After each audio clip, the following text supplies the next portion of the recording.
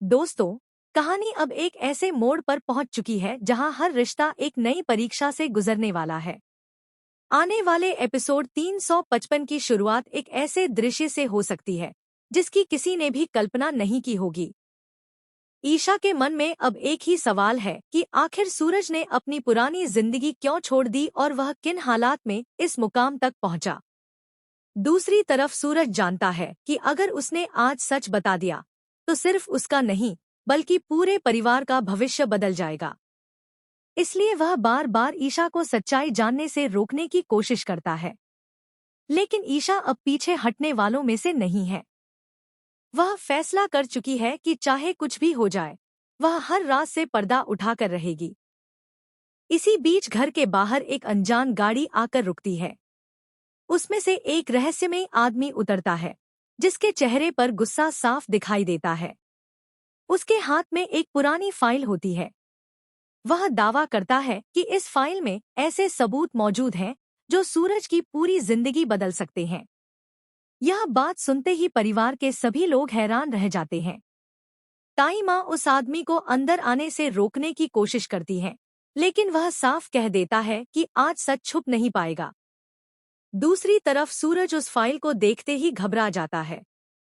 उसे एहसास हो जाता है कि अगर यह फाइल ईशा के हाथ लग गई तो उसके सारे राज खुल सकते हैं। अब सबसे बड़ा सवाल यही है कि आखिर उस फाइल में ऐसा क्या है जिसे देखकर खुद सूरज भी परेशान हो गया। क्या ईशा को सच पता चल जाएगा या फिर आखिरी वक्त पर कोई नया मोड़ कहानी को पूरी तरह बदल देगा? यही होगा आने वाले एपिसोड का सबसे बड़ा सस्पेंस। दोस्तों, आने वाले एपिसोड में कहानी और भी ज्यादा रोमांचक होती दिखाई दे सकती है। सूरज उस रहस्यमयी फाइल को किसी भी कीमत पर ईशा तक नहीं पहुंचने देना चाहता। लेकिन ईशा अब सूरज के हर कदम पर नजर रखने लगती है। उसे महसूस होने लगता है कि सूरज सिर्फ अपने लिए नहीं बल्कि किसी और को बचाने के लिए भी सच छिपा रहा है। दूसरी तरफ वह रहस्यमय आदमी परिवार के सामने एक बड़ा दावा करता है। वह कहता है कि वर्षों पहले हुई एक घटना ने ही सूरज की पूरी जिंदगी बदल दी थी। अगर उस दिन वह फैसला अलग होता तो आज हालात बिल्कुल अलग होते। यह सुनकर ताई माँ की आंखों में आंसू आ जाते हैं। काव्या भी घबरा जाती है क्योंकि उसे लगता है कि अब वह सच ज्यादा देर तक छिप नहीं पाएगा। इसी दौरान ईशा चुपके से उस आदमी का पीछा करने का फैसला करती है। उसे उम्मीद होती है कि शायद वही उसे उस सच्चाई तक पहुंचा दे जिसकी तलाश वह इतने दिनों से कर रही है। लेकिन उसे बिल्कुल अंदाजा नहीं होता कि कोई और भी उसका पीछा कर रहा है। कहानी यहीं से एक नए मोड़ पर पहुंच जाती है। दोस्तों, जैसे ही ईशा उस रहस्यमय आदमी का पीछा करती है, वह शहर के एक पुराने गोदाम तक पहुंच जाती है। वहां पहुंचकर उसे कुछ ऐसे लोग दिखाई देते हैं जिनका नाम उसने पहले कभी नहीं सुना था। उन लोगों की बातचीत से उसे इतना समझ आ जाता है कि सूरज का अतीत किसी बहुत बड़े राज से जुड़ा हुआ है। तभी अचानक ईशा का फोन बज जाता है और सभी लोगों का ध्यान उसकी तरफ चला जाता है। ईशा किसी तरह वहां से निकल तो जाती है, लेकिन अब कुछ लोग उसके पीछे पड़ चुके होते हैं। उधर सूरज को भी खबर मिल जाती है कि ईशा अकेले ही सच्चाई की तलाश में निकल चुकी है। वह तुरंत उसे बचाने के लिए निकल पड़ता है। रास्ते में सूरज सिर्फ एक ही बात सोच रहा होता है कि अगर आज ईशा गलत लोगों के हाथ लग गई तो वह कभी वापस नहीं आ पाएगी। दूसरी तरफ नकाबपोश लोग ईशा को घेर लेते हैं और उससे वह फाइल मांगते हैं जो उसके पास है। लेकिन ईशा साफ मना कर देती है। तभी दूर से सूरज की गाड़ी की तेज आवाज सुनाई देती है और कहानी का रोमांच अपने चरम पर पहुंच जाता है। दोस्तों, सूरज तेजी से अपनी गाड़ी रोकता है और बिना एक पल गंवाए ईशा की तरफ दौड़ पड़ता है। नकाबपोश लोग दोनों को चारों तरफ से घेर लेते हैं। सूरज उन्हें समझाने की कोशिश करता है कि उनकी लड़ाई परिवार से नहीं, सिर्फ उससे है। लेकिन कोई भी उसकी बात सुनने को तैयार नहीं होता। तभी उन लोगों का सरदार सामने आता है और कहता है कि आज वर्षों पुराना हिसाब बराबर होगा। यह सुनकर सूरज के चेहरे का रंग बदल जाता है। ईशा पहली बार महसूस करती है कि सूरज इस आदमी को पहले से जानता है। वह बार बार पूछती है कि आखिर यह कौन है, लेकिन सूरज चुप रहता है। अचानक सरदार अपनी जेब से एक पुरानी तस्वीर निकालता है। वह तस्वीर देखते ही सूरज पूरी तरह हैरान रह जाता है। ईशा भी उस तस्वीर को देखने की कोशिश करती है, लेकिन सरदार मुस्कुराते हुए कहता है कि इस तस्वीर का सच अभी नहीं, सही समय आने पर सामने आएगा। यह कहकर वह वहां से चला जाता है और ईशा के मन में सवालों का तूफान छोड़ जाता है। दोस्तों, जैसे ही वह रहस्यमयी सरदार वहां से चला जाता है, ईशा के मन में सवालों का तूफान उठने लगता है। आखिर उस तस्वीर में ऐसा क्या था जिसे देखकर हमेशा शांत रहने वाला सूरज भी घबरा गया? ईशा बार बार सूरज से सच पूछती है, लेकिन सूरज इस बार भी कोई जवाब नहीं देता।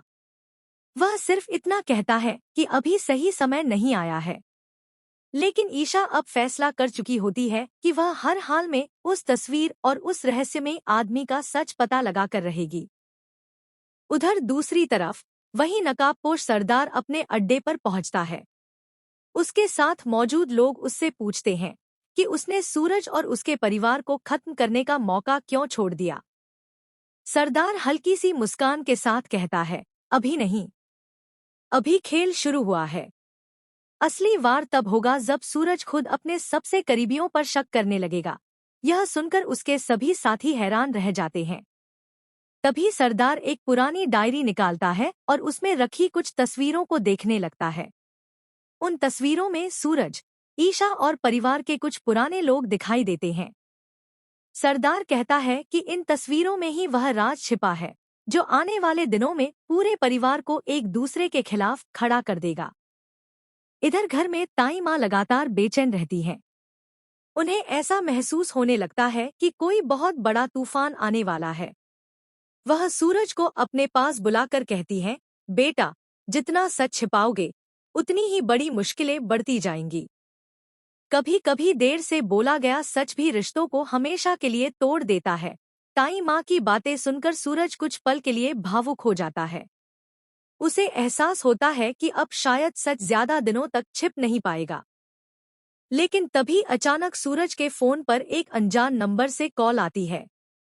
जैसे ही वह कॉल उठाता है, दूसरी तरफ से सिर्फ एक ही आवाज सुनाई देती है, अगर अपने परिवार को जिंदा देखना चाहते हो तो कल रात ठीक 12 बजे पुराने पुल पर अकेले पहुंचना। अगर पुलिस या ईशा को साथ लाए तो सबसे पहले तुम्हारे अपने लोग निशाना बनेंगे। यह सुनते ही सूरज के चेहरे का रंग उड़ जाता है। वह बिना किसी को बताए चुपचाप कमरे से बाहर निकल जाता है। लेकिन उसे बिल्कुल भी अंदाजा नहीं होता कि ईशा दूर खड़ी उसकी हर हरकत पर नजर रख रही है। ईशा मन ही मन फैसला कर लेती है कि इस बार वह सूरज को अकेले कहीं नहीं जाने देगी। अब सवाल यह है कि पुराने पुल पर सूरज का इंतजार कौन कर रहा है, और क्या वहीं से कहानी का सबसे बड़ा रहस्य खुलने वाला है। रात के ठीक 12 बज चुके हैं। पूरा शहर गहरी खामोशी में डूबा हुआ है।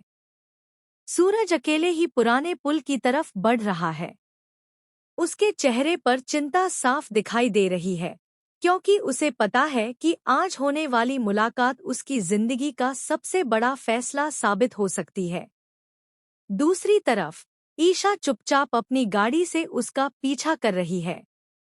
उसने तय कर लिया है कि इस बार वह सूरज को अकेले किसी खतरे का सामना नहीं करने देगी। लेकिन सूरज को इस बात की बिल्कुल भी भनक नहीं होती। जैसे ही सूरज पुराने पुल पर पहुंचता है, चारों तरफ घना अंधेरा और सन्नाटा छाया होता है। अचानक दूर से किसी के कदमों की आवाज सुनाई देती है।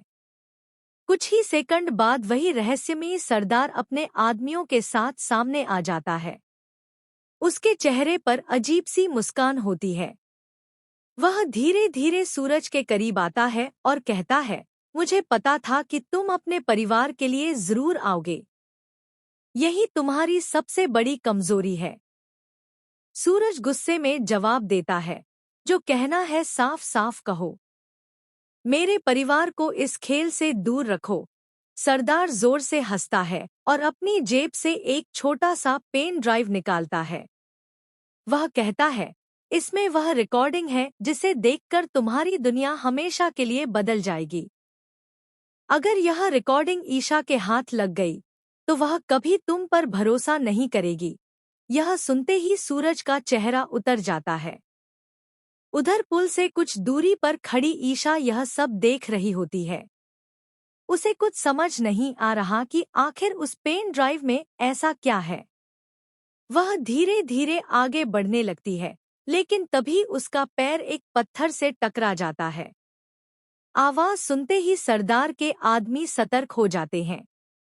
कोई हमारा पीछा कर रहा है, एक आदमी जोर से चिल्लाता है।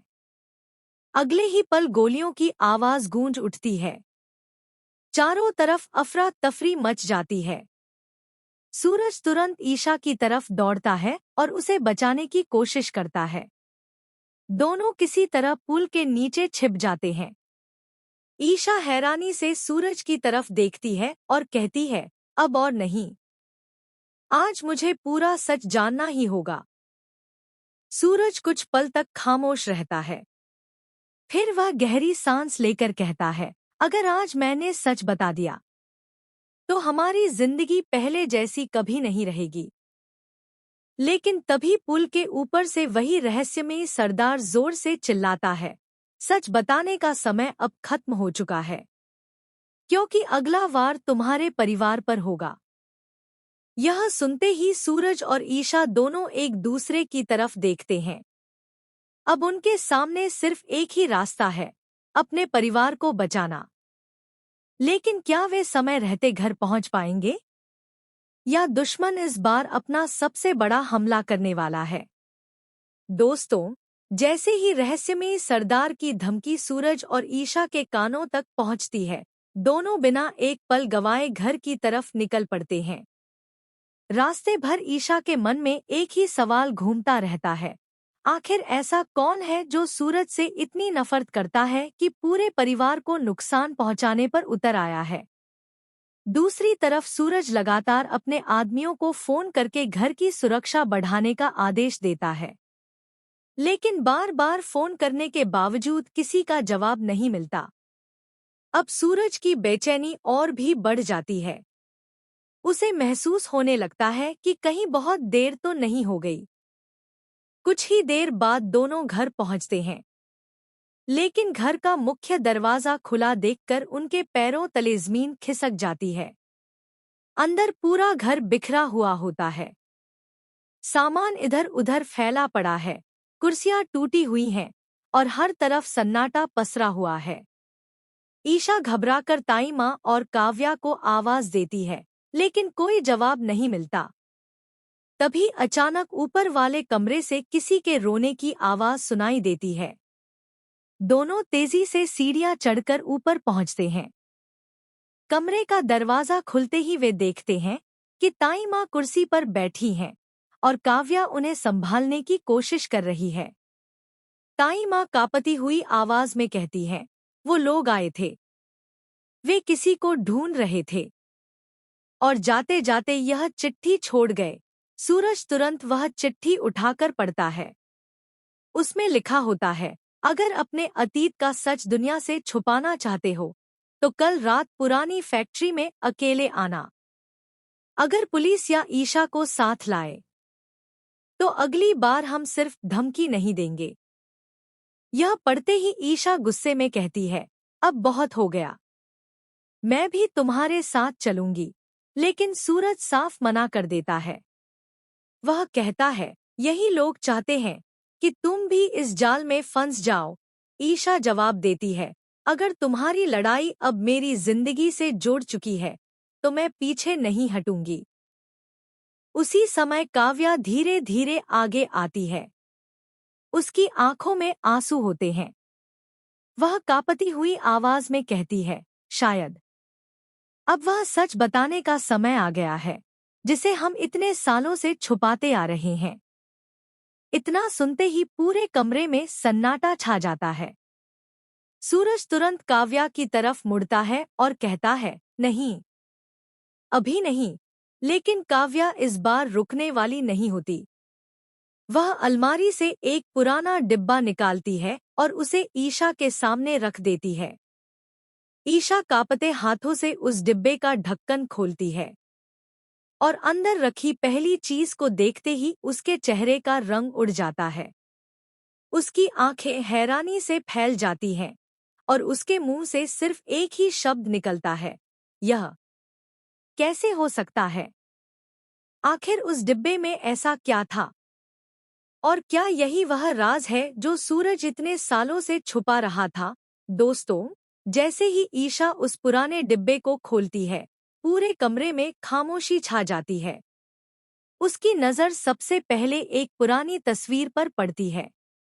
तस्वीर में सूरज, ताई माँ और परिवार के कुछ लोग दिखाई दे रहे होते हैं, लेकिन तस्वीर के एक कोने में खड़ा एक अनजान शख्स ईशा का ध्यान अपनी ओर खींच लेता है।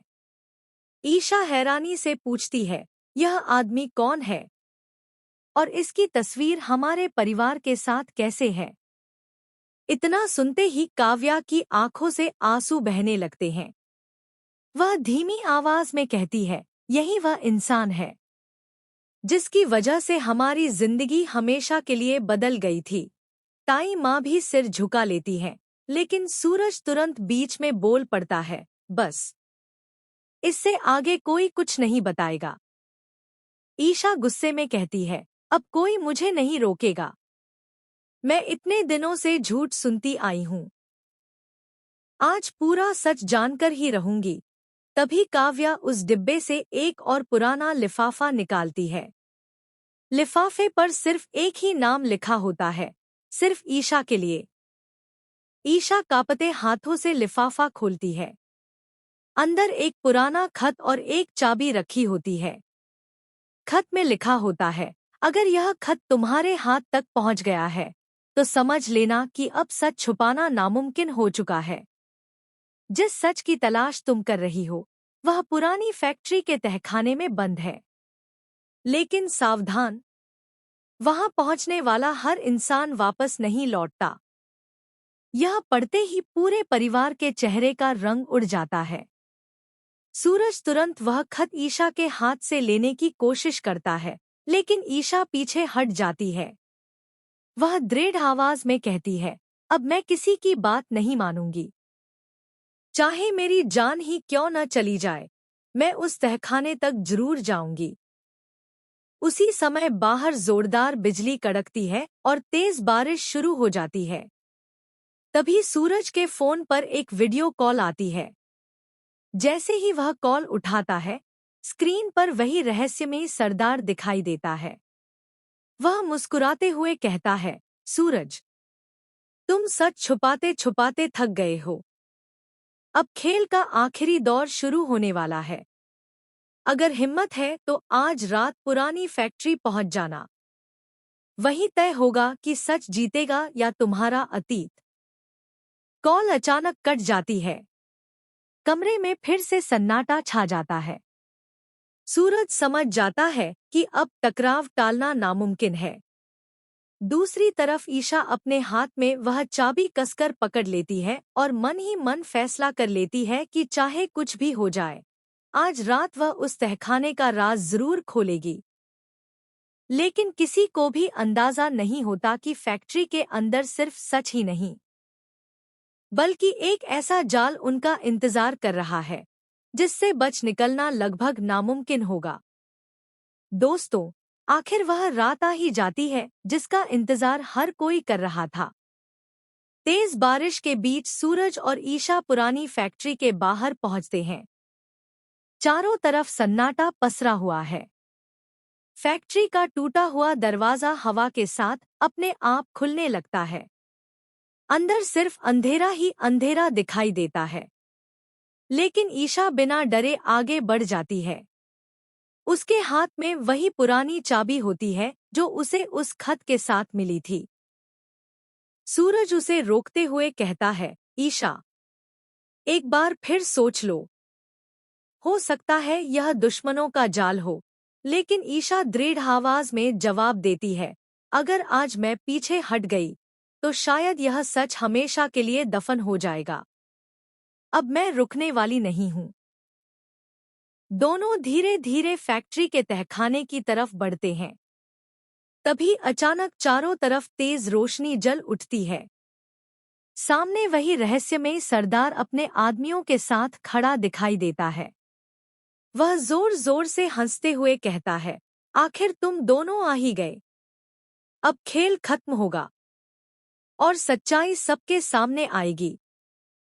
सरदार अपने आदमी को इशारा करता है। कुछ ही सेकंड बाद एक बड़ा लोहे का दरवाजा खुलता है। उसके पीछे एक कमरा दिखाई देता है, जहां वर्षों से बंद पड़ी कई पुरानी फाइलें, तस्वीरें और सबूत रखे होते हैं।